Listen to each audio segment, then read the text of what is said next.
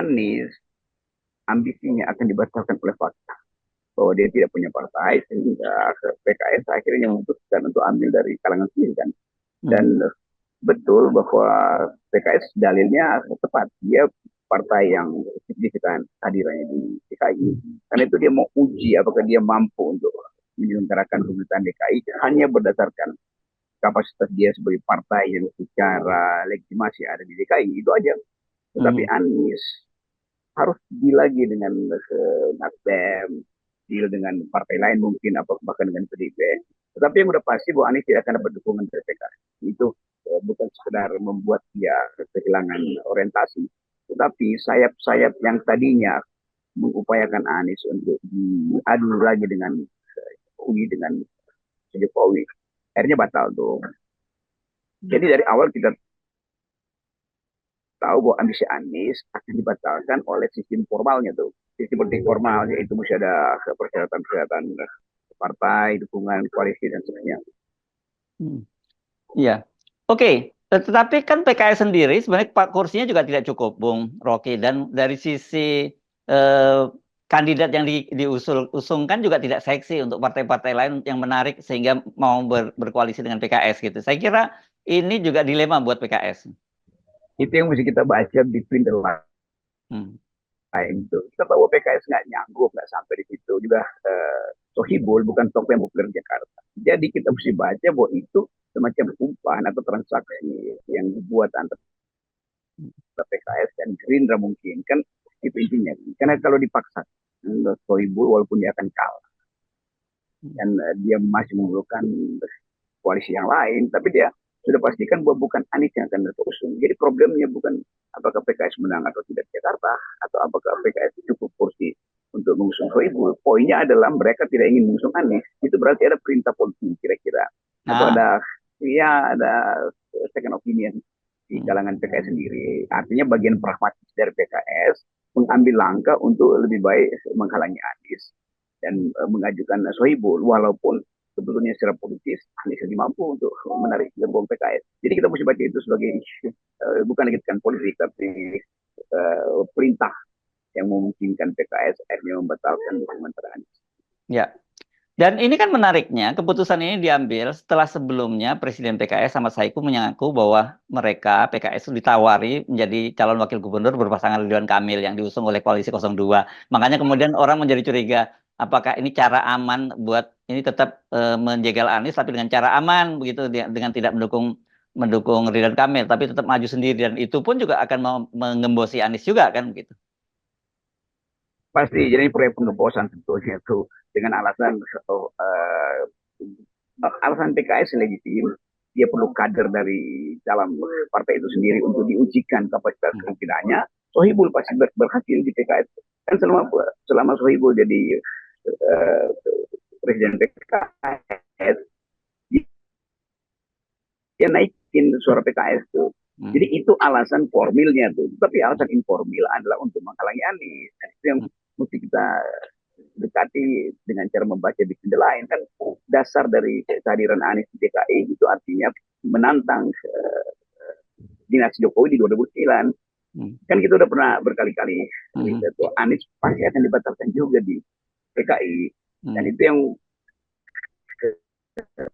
saya terangkan dari awal, ambisi pemimpin dari luar aja berpolitik secara non elektoral itu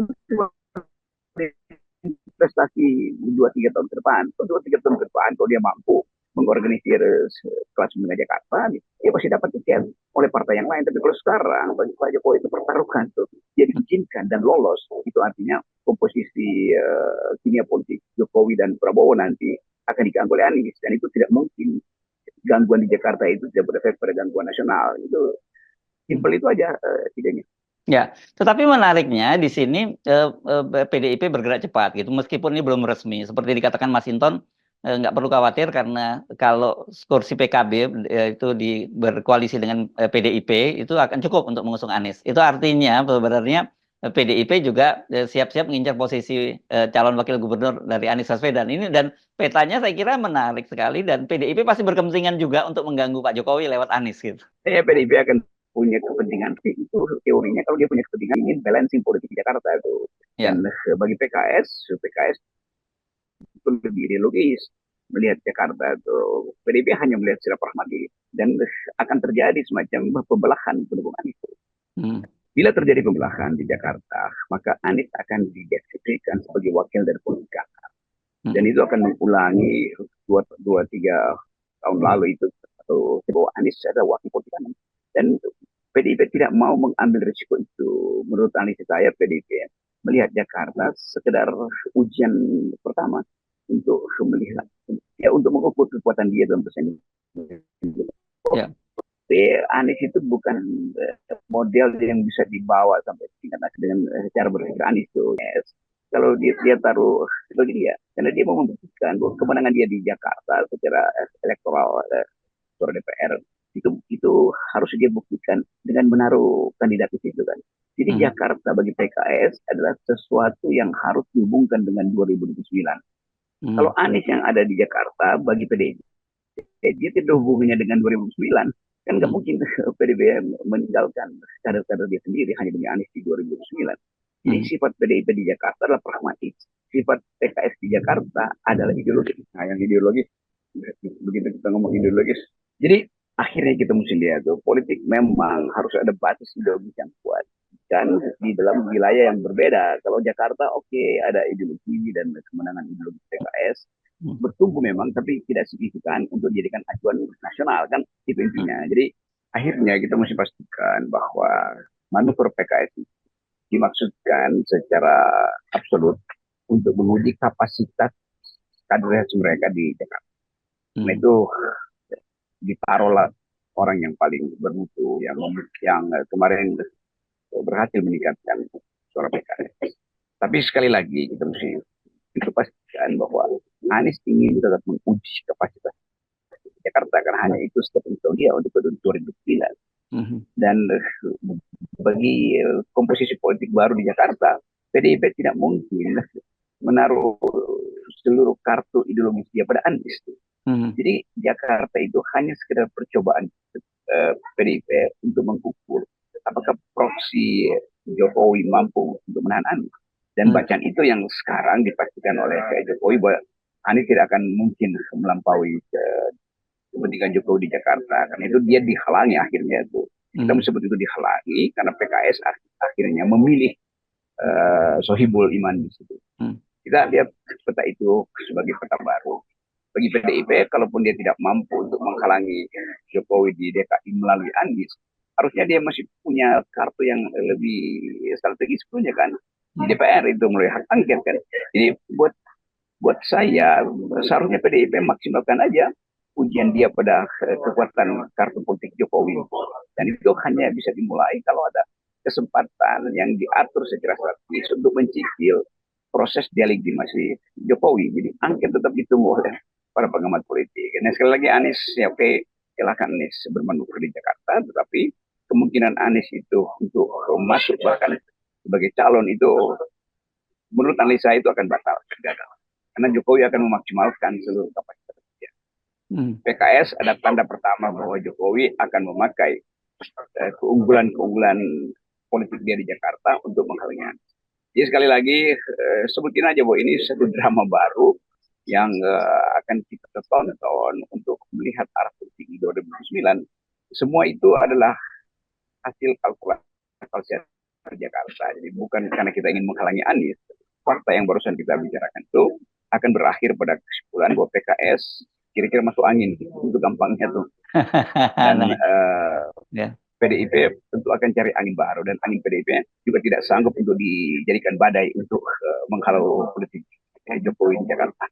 Ya, kalau ke PKS kemudian masuk angin dan saya membaca semua komentar-komentarnya itu dikaitkan dengan operasinya Jokowi, begitu katakanlah secara tidak langsung mereka menuduh bahwa PKS ini masuk angin karena operasinya Jokowi. Apakah ini juga tidak membahayakan bagi masa depan PKS itu sendiri? Dan tentu saja dampaknya pada pilkada-pilkada di daerah lain yang mengusung calon PKS gitu. Agen Jokowi di PKS pasti ada kan? Kan nggak mungkin nggak ada agen Jokowi di PKS waktu dia berlapis-lapis. Tapi dari awal kita deteksi bahwa PKS tetap ada elemen pragmatisme. Tentu itu bagian yang bisa kita baca dari bukan segala narasi PKS di dalam Pilpres, tapi juga kepentingan PKS untuk tidak terhalau oleh ideologi dia yang agak keras ke kanan kan. Jadi pragmatisme PKS menghasilkan pertambah politik dengan Jokowi kan itu intinya.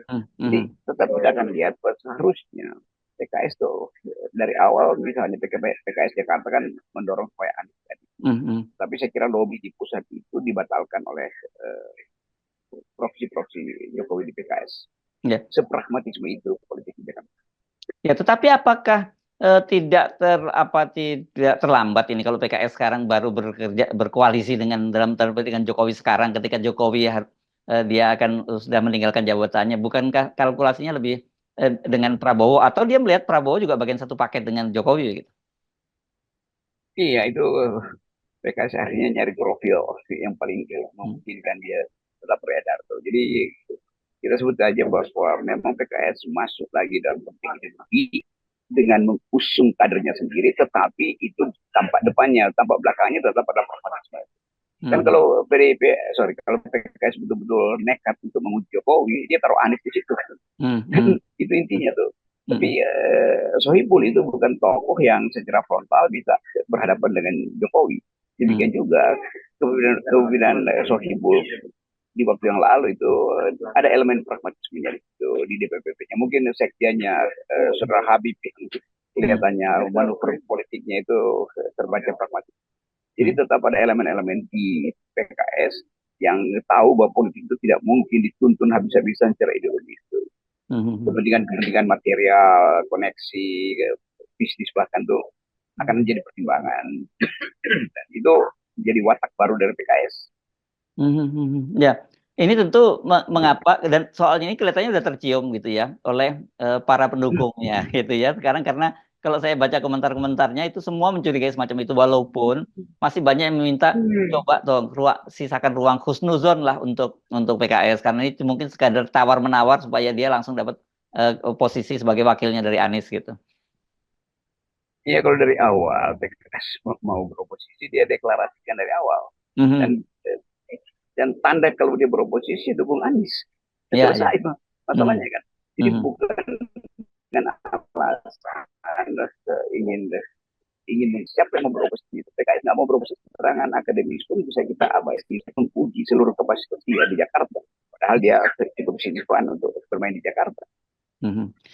Jadi sebenarnya simbol oposisi itu sekarang jadinya melekatnya pada Anies ya, karena ini sebenarnya lebih pada personal sebenarnya ya, antara Anies dengan Jokowi gitu, karena Jokowi bagaimana berpikir bahwa Anies itu akan menghalangi ambisi dia untuk melanggengkan kekuasaannya, itu saya kira ya Bung Rocky ya, dinastinya lah sekarang begitu ya. Ya itu kita lihat secara tertib ya, PKS ingin beroposisi, harusnya dia mendukung Anies. Ya. Anies ingin berkuasa, harusnya dia memimpin secara non elektoral kan sebagai tokoh politik. Jadi kalau dia beroposisi di dalam sistem, dia mesti lakukan manuver baru. Bahkan PKB, sinyal PKB jelas itu kemungkinan besar dia akan bergabung juga dengan PKS dengan koalisi 02 Prabowo misalnya kan. Jadi tetap koalisi 02. Jadi batas ideologisnya belum terbentuk Jakarta. Nah ini yang memungkinkan kita menganalisis bahwa PKS Anies juga jadi pragmatis. PDIP juga jadi pragmatis. Jadi Jakarta saya. Nah itulah miniatur politik Indonesia ke depan. Juga saya kira juga di pilkada berikut pola ini akan terjadi. Karena itu kita kembali pada kekuatan civilian value, masyarakat sipil, buruh, mahasiswa, akademisi itu yang sekarang justru lagi dapat panggung di mana-mana. Yes. Oke.